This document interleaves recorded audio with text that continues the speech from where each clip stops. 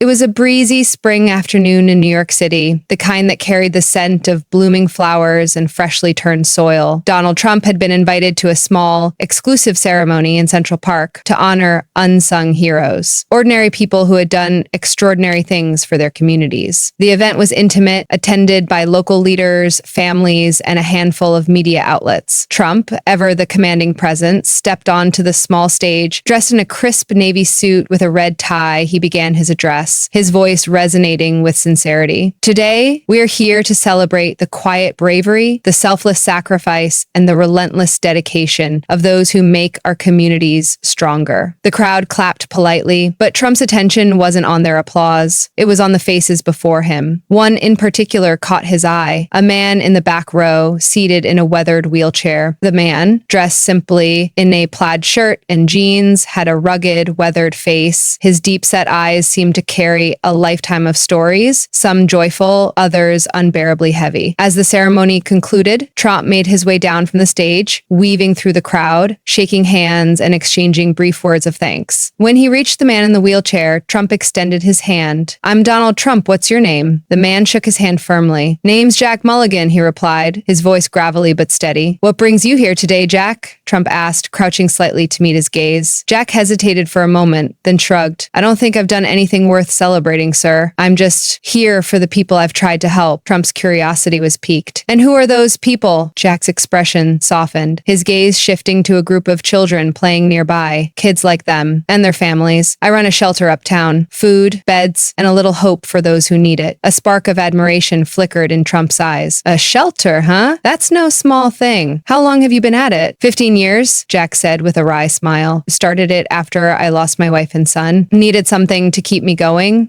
something to make their loss mean something." The weight of Jack's words lingered in the air. Trump nodded, a rare solemnity in his expression. 15 years. That's remarkable. Thank you for what you do, Jack." Jack simply nodded, as if dismissing the notion that he deserved gratitude. But as Trump walked away, his mind raced. This wasn't just a man running a shelter. It was someone turning personal tragedy into collective hope. Later that evening, Trump sat in his private office, the city lights of Manhattan glowing behind him. Jack's story gnawed at him. He flipped through his notes from the day, circling Jack's name repeatedly. 15 years of giving, Trump murmured. He deserves more than a handshake. He reached for his phone, dialing one of his closest aides. "I need a full report on Jack Mulligan," he said. "Find out everything about him, his shelter, his work, and get back to me fast." The report arrived the next morning. Jack's shelter, Mulligan House, was a beacon of hope in a struggling neighborhood. It had weathered financial crises, community pushback, and even a fire. Yet Jack had kept it running. But the place was in dire need of repairs: leaky roofs, outdated kitchens, and overburdened facilities. Trump's decision was immediate. "We're going to rebuild it," he told his team, "top to bottom, state of the art, and we're going to do it quietly." Over the following weeks, construction crews descended upon Mulligan House. Trump personally oversaw the plans, ensuring the new shelter would include modern amenities, expanded dormitories, a commercial-grade kitchen, a daycare center, and a community garden. The project was kept under wraps, with Trump's team working discreetly to avoid media attention. "This isn't about me," Trump reminded them repeatedly. "It's about Jack and the people he helps." Meanwhile, Jack had been temporarily relocated under the guise of a routine inspection. He had no idea what was happening. On the day of the grand reveal, Trump personally called Jack. "I need you to come to the shelter," he said simply. Jack arrived to find a crowd gathered outside the building. His jaw dropped as he took in the sight. The once dilapidated shelter had been transformed into a gleaming new facility. Bright banners hung over the entrance, and a plaque near the door read, "In honor of Jack Mulligan, a man who gave everything for others." Trump stepped forward, his expression warm. "Jack, you've spent years building hope for others. It's time someone built something for you." Jack was speechless as Trump led him inside. Room by room, he saw the changes: the spacious dormitories, the kitchen bustling with staff, the vibrant daycare filled with toys and books. Tears welled in Jack's eyes. I don't know what to say." "You don't have to say anything," Trump said, placing a hand on his shoulder. "Just keep doing what you do best. This is your legacy, Jack. You've earned it." As the day turned to evening, the shelter buzzed with life. Families explored the new space, children laughed, and volunteers worked with a renewed sense of purpose. Trump stood at a distance, watching Jack interact with the community he had dedicated his life to. It was a rare moment of quiet pride for a man accustomed to headlines and spotlight. This, Trump thought,